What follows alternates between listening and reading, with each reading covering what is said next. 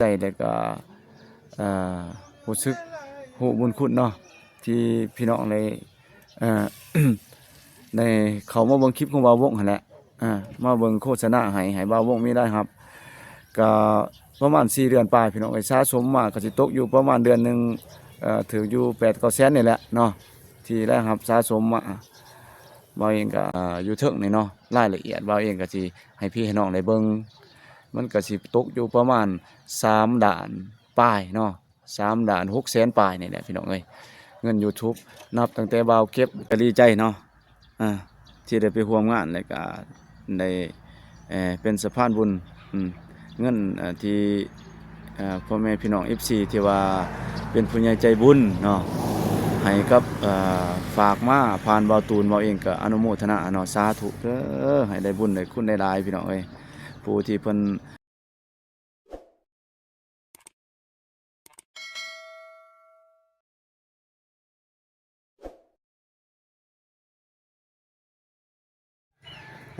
โอเคพี่น้องเอ้ยบรรยากาศตอนเช้าพี่น้องเอ้ยตอนเช้าตื่นมาก็นึ่งข้าวพี่น้องเอ้ยนึ่งข้าวกำลังนึ่งข้าวเด้อพี่น้องเอ้ยมาวงเองก็อากาศก็เย็นๆพี่น้องเอ้ยอยู่เหือนอยู่หวานอยู่เหือนพี่มื้อนี้บ่ได้ไปไส ยังแต่เช้าอยู่พี่น้องเอ้ยมื้อนี้ก็พอเองก็บ่มีหยังหลายก็สิมาเฮ็ดคลิปสั้นๆจักหน่อยให้พี่น้องได้เบิ่งเนาะบ่เองก็กราบทักทายสบายดีเด้อพ่อแม่พี่น้องที่น่าฮักเบิดสุผู้สุคนบ่ว่าอยู่ไกลพี่น้องเอ้ยอยู่ภายในและต่างประเทศก็ยินดีต้อนรับเข้าสู่ช่องเบาผู้วงชาแนลคือเก่าพี่น้องเอ้ยมื้อนี้อากาศก็เย็นได้พี่น้องเอ้ยอากาศเย็นๆพี่น้องเอ้ยมื้อนี้เบาเองก็ ตื่นมาแต่เช้าก็บ่ได้เฮ็ดหยังพี่น้องเอ้ยก็มานึ่งข้าวเฮ็ดกิจกรรม เพราะว่าอากาศก็หนาว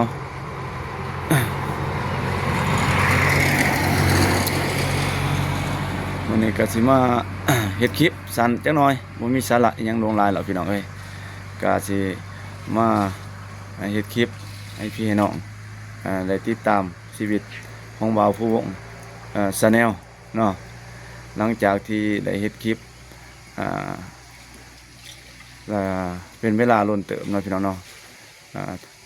6-7 เดือน7-8 เดือนนี่แหละประมาณนั้นแหละพี่น้องเอ้ยเราเองก็ถือว่าสู้เนาะย้อนใจมากเลยพี่น้องเอ้ยมักฮักในการเฮ็ดคลิปและก็มักในการสายบุญเนาะเป็นสะพานบุญให้กับพี่กับน้องแล้วก็พร้อมด้วยกับพี่กับน้องแล้วก็ไปร่วมงานกับทีมงานแล้วก็พ่อแม่พี่น้องที่ให้การสนับสนุนเนาะทีมงานนั่นแหละสายบุญวัดสุภุสุคนสิเป็นไปก็แล้วแต่เนาะสิเป็นวาวเจ็บเนาะวาวเจ็บเนี่ยก็เป็นจุดกำเนิดของวาววงเนาะเพิ่นมาสักมาส่วนวาวเจ็บวาวอาตูนเนาะแล้วก็ไอเลาะก็คือวาวเตียงทองที่เป็นเฮ็ดคลิปสายบุญเราเองก็มีโอกาสได้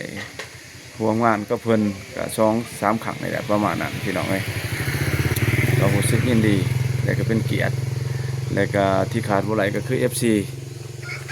ทั้งหมดนั่นแหละเนาะที่ให้การช่วยเหลืออยู่เบื้องหลังซัพพอร์ตที่ให้บ่าววงได้เฮ็ดคลิปมีกำลังใจเฮ็ดคลิปจนมาฮอดมื้อนี้เนาะนับแต่ต้นเริ่มเฮ็ดคลิปมาก็บ่าวเจ็บพุ่นแหละแรกๆพุ่นพี่น้องเนาะก็ดีใจที่ได้มื้อนี้บ่าวเองก็ สิมาแจ้ง FC แล้วก็สิมาขอบบุญขอบคุณ FC เนาะที่เฮ็ดให้บ่าวผู้วงมีมื้อนี้บ่าวผู้วงก็ได้ประสบความสำเร็จไปน้อยหนึ่งเนาะพี่น้องเนาะก็ประสบความสำเร็จก็คือบ่าวผู้วงก็สิมาแจ้ง FC ว่าบ่าวผู้วงได้รับเงินเดือนก่อนแรกเนาะจาก YouTube เนาะที่บ่าวได้ เฮ็ดคลิปหลายๆหั่นแหละเนาะก็รายรับก็พ่วมนอกช้าสมนอกจากเฮ็ดคลิปแล้วมันก็มีอุปสรรคหลายอันเนาะ30ผ่านเกณฑ์ผ่านกฎเพิ่นพี่น้องเอ้ยก็ใช้เวลาล้นเติบพี่น้องแล้วก็จนว่าอ่าอ่ะก็แดดก็สิเริ่มออกมาพี่น้องเอ้ยแดดอ่อนๆก็สิบ่มีหยังหลายพี่น้องเอ้ยก็สิประมาณนั้นเนาะก็สิต่อมื้อนั้นนี่ก็สิต่ออีกแล้วก็บ้านนี้ก็มีภารกิจแหน่เนาะบ้านนี้เนาะภารกิจไปซื้อเครื่องเนาะอ่าเฮ็ดห้องน้ำกับบ่าวตูนในส่วนบ่าววกเนาะไปซื้อเครื่องแล้วก็สิมีอุปกรณ์ต่างๆหั่นแหละไปเฮ็ดห้องน้ำไปส่งให้น้องดอยพี่น้องเอ้ยบ้านนี้ก็บ่าวเองก็ได้มาก่อนบ่าวตูนเพราะว่ามีภารกิจเนาะรายละเอียดอื่นๆก็ไปให้ FC พ่อแม่พี่น้องกันไปเบิ่งในสองบ่าวตูนเนาะแล้วบ่าวเองก็บ่ได้เฮ็ดคลิปเนาะเกี่ยวในมื้อนั้นมื้อวานนี้เนาะที่ไปกับบ่าวตูนหั่นก็บ่ได้เฮ็ดคลิปพี่น้องเอ้ยเนื่องจากว่าเองก็มีภารกิจแล้วก็ต้องได้มามาเลยบ่ได้เฮ็ดคลิปเนาะก็หาป้าให้บ่าวตูนเฮ็ดคลิปพี่น้องเอ้ยก็ดีใจเนาะที่ได้ไปร่วมงานแล้วก็ได้เป็นสะพานบุญเงินที่พ่อแม่พี่น้อง FC ที่ว่าเป็นผู้ใหญ่ใจบุญเนาะให้กับฝากมาผ่านบ่าวตูนบ่าวเองก็อนุโมทนาเนาะสาธุเด้อให้ได้บุญได้คุณได้หลายพี่น้องเอ้ยผู้ที่เพิ่นสนับสนุนช่วยเหลือตั้งแต่ต้นน้ำมาพุ่นน่ะพี่น้องเอ้ยฮอดปลายน้ำบ่าวตูนเองก็เฮ็ดหน้าที่น้องชายก็สุดยอดพี่น้องเอ้ยเฮ็ดหน้าที่เป็นสะพานบุญอย่างแข็งขันพี่น้องเอ้ยถือว่าเก็บรายละเอียดเนาะให้ FC ได้เบิ่ง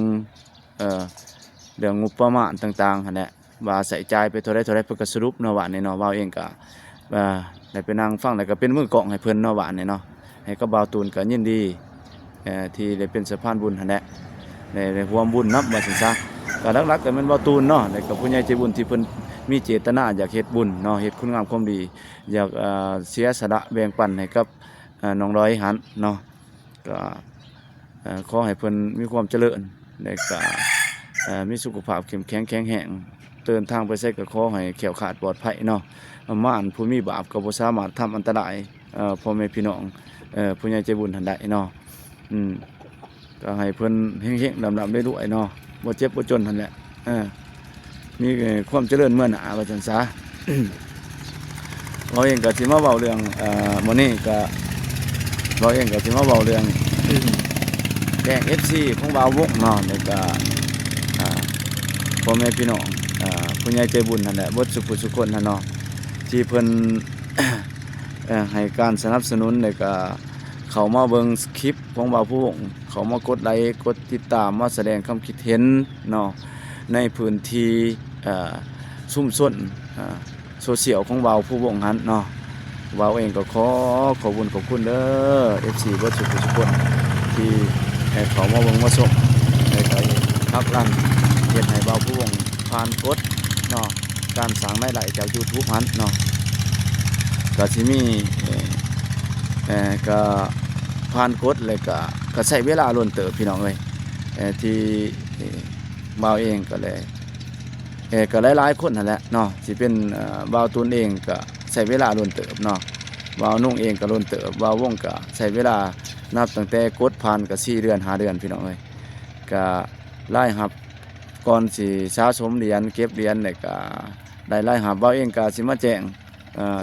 ข่าวดีว่าบ่าวผู้วงได้รับเงินเดือนก่อนแรกเนาะจาก YouTube แล้วพี่น้องเอ้ยรับมื้อวันที่13บ่ประมาณ13นะ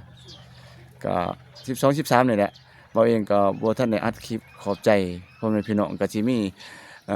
อยู่เทิงนี่เนาะรายละเอียดบ่าวเองก็สิให้พี่ให้น้องได้เบิ่งมันก็สิตกอยู่ประมาณ3 ด่านป้ายเนาะ3 ด่าน600,000ปลายนี่แหละพี่น้องเอ้ย เงิน YouTube นับตั้งแต่บ่าวเก็บสร้างได้รับมาหลายก็สะสมเหรียญมาเรื่อยๆเนาะสะสมมาก็ถือว่า3ล้านปลายก็หลายสมควรสำหรับบ่าววงเนาะเพราะว่าเงินมันก็หายากเลยพี่น้องเอ้ยค่าใช้จ่ายบ่ต้องเว้าถึงพี่น้องเอ้ยค่าใช้จ่าย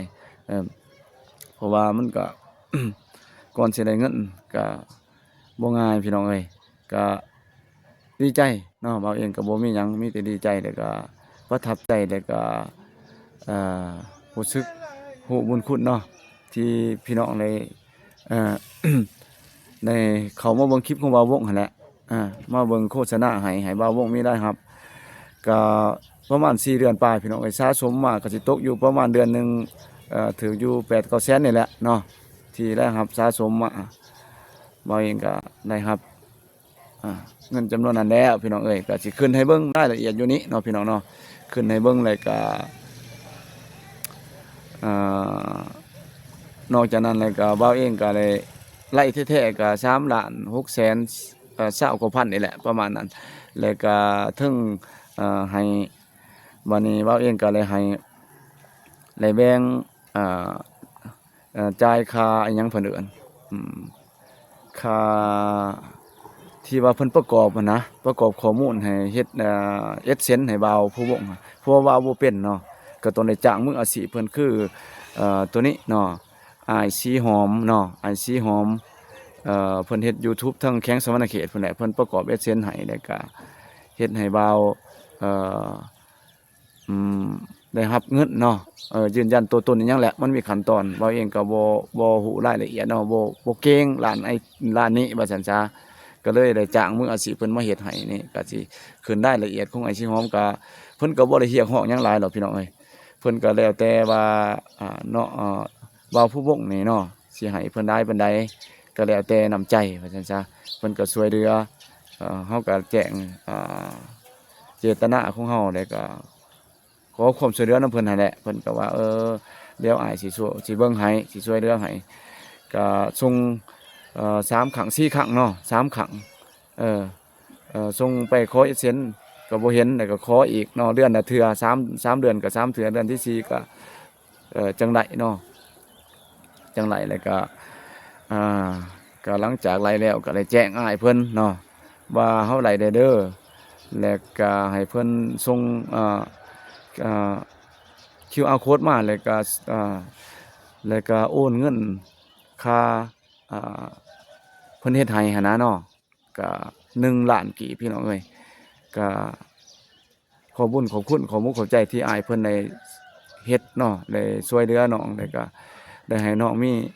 ได้สามารถถอนเงินหรือว่ารับเงินจาก YouTube ไหลเราเองก็มาแจ้ง FC แล้วก็ขอ ให้ FC ฮู้เนาะแต่ที่ว่าเราเองก็แสดงความขอบุญขอบคุณนั่นแหละขอบุญขอบใจ FC ที่เขามาเบิ่งมาชมหั่นแหละที่ติดตามบ่าวผู้วงแล้วก็สายบุญน้องๆเพิ่นหั่นแหละสายบุญสิเป็นบ่าวฝนเนาะบ่าวเจ็บบ่าวตุนบ่าวนุ่งเนาะแล้วก็หลายๆคนทั้งบ่าวเตียงทองที่ขายบ่ได้คือบ่าวเตียงทองเนาะ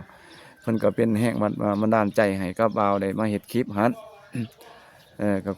ขอบุญขอบคุณเด้อขอบมุกขอบใจ FC เบิดสุผู้สุคนที่เมตตาเอ็นดูบ่าวผู้วงเลย มามี2 ทางเนาะได้มี2 YouTube เป็นของตัวเองแล้วก็ได้สร้างได้รับพอได้จุนเจือแล้วก็ที่สำคัญที่สุดก็คือได้เฮ็ดการแบ่งปันเนาะแบ่งปันให้กับพี่กับน้องในเฮ็ดการช่วยเหลือแล้วก็ แบ่งปันน้ำใจหั่นแหละให้กับพี่กับน้องที่ ที่ห่างไกลโศกดีแต่ที่ตกทุกข์ได้ยากที่ทุกข์ยากแท้ๆเนาะทีมงานก็ได้ไปหาได้ช่วยเหลือกันคนละไม้ละมือเป็นการแบ่งปันน้ำใจหั่นแหละเนาะก็สิเว้าเองก็สิมีเรื่องข่าวๆประมาณนั้นแล้วก็รายละเอียดต่างๆเนาะก็เว้าเองก็ขึ้นในที่ให้น้องเบิ่งแล้วก็ที่ขาดบ่ได้ก็คือ FC นั่นแหละเบิดสุผู้สุคนที่อยู่เบื้องหลังความสำเร็จครั้งนี้ของบ่าวผู้วงเนาะ ก็ฝากติดตามต่อไปเด้อพ่อแม่พี่น้องเอ้ยแล้วก็ มันก็สิขาดก็มีขอบอกขอบใจทั้ง FC เอ่อแล้วก็น้องๆเนาะทีมงานสายบุญคือกันนี่แหละที่เพิ่นพักรันสิเป็นบ่าวเจ็บบ่าวฝนก็สิกล่าวซ้ำๆไปซั่นแหละเนาะบ่าวเจ็บบ่าวฝนก็ขอโทษเด้อพี่น้องเอ้ยก็ว่ากล่าวสื่อซ้ำๆแล้วก็ทีมงานสายบุญเนาะของน้องๆเพิ่นนั่นแหละช่วยเหลือแล้วก็อีกผู้มีผู้คุณอีก สำคัญเช่นเดียวกันก็คือพวกน้องๆคือกันเนาะน้องๆที่เพื่อนให้ถ่ายคลิปสิเป็นน้องบองเองก็ดี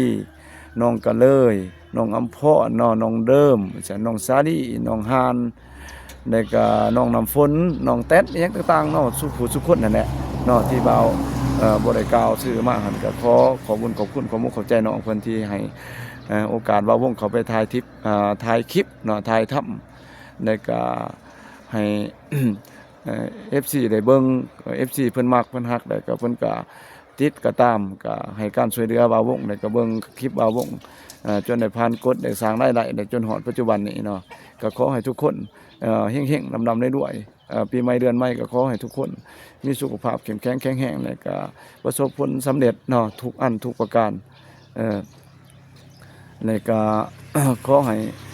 มีความสุขความเจริญเนาะเงินใดน้องทองใดมาเพิ่นว่าเงินบาทเต็มกระตาพี่น้องเอ้ยเงินดอลลาร์เต็มธนาคารเต็มเฮือนเต็มศาลเต็มบ้านเต็มซองพี่น้องเอ้ยเป็นเศรษฐีมหาเศรษฐีกันเบิดสุผู้สุคนเราเองก็สิขอ อนุญาตกราบลาพี่ลาน้องไปก่อนแล้วก็สิอัดคลิปให้พี่ให้น้องได้เบิ่งขอมุกขอบใจเนาะเป็นการขอมุกขอบใจขอบุญขอบคุณที่ทุกคนมาเป็นกำลังแห่งใจให้บ่าววงแล้วก็ประสบผลสำเร็จขันเริ่มต้นเนาะถึงว่าเงินในสิบ่หลวงบ่หลายเนาะคันเทียบใส่4เดือน5เดือนหั่นนะที่เฮาเฮ็ดแล้วก็รวมใส่ผลก็7-8เดือนหั่นแหละแต่ว่านับตั้งแต่เริ่ม สร้างได้รับก็4เดือน5เดือนเนาะเก็บเหรียญหั่นนะ5เดือนนี่แหละแต่ว่าเริ่มเฮ็ดคลิปก็7-8เดือนก็ได้เงิน3ล้านปลายแล้วก็ดีใจแล้วก็เหลือจากช่วยเหลือจากแบ่งให้ถึงเพิ่นประกอบด้วยเสียนหัน2ไอ้สีหอมก็ยังเหลือ2ล้านปลายเนาะว่าผู้วงไหลเนาะก็ยังดีเนาะที่ก็พอได้จุนเจือครอบครัวได้น้อยพี่น้องเอ้ยมีแต่ฝากพี่น้อง FC ไปติดตามไปเบิ่งเด้อช่องของไอ้สีหอมเนาะพอสีหอมที่เพิ่นเฮ็ดเซนให้ว่าผู้วงแต่ว่าเป็นอ้ายผู้หนึงที่เพิ่นมีน้ำใจเนาะและบ่ได้เรียกร้องค่าเสียค่าเฮ็ดค่าหยังดอกแต่ว่าเพิ่นเอาเองก็ฮู้บุญคุณเพิ่นก็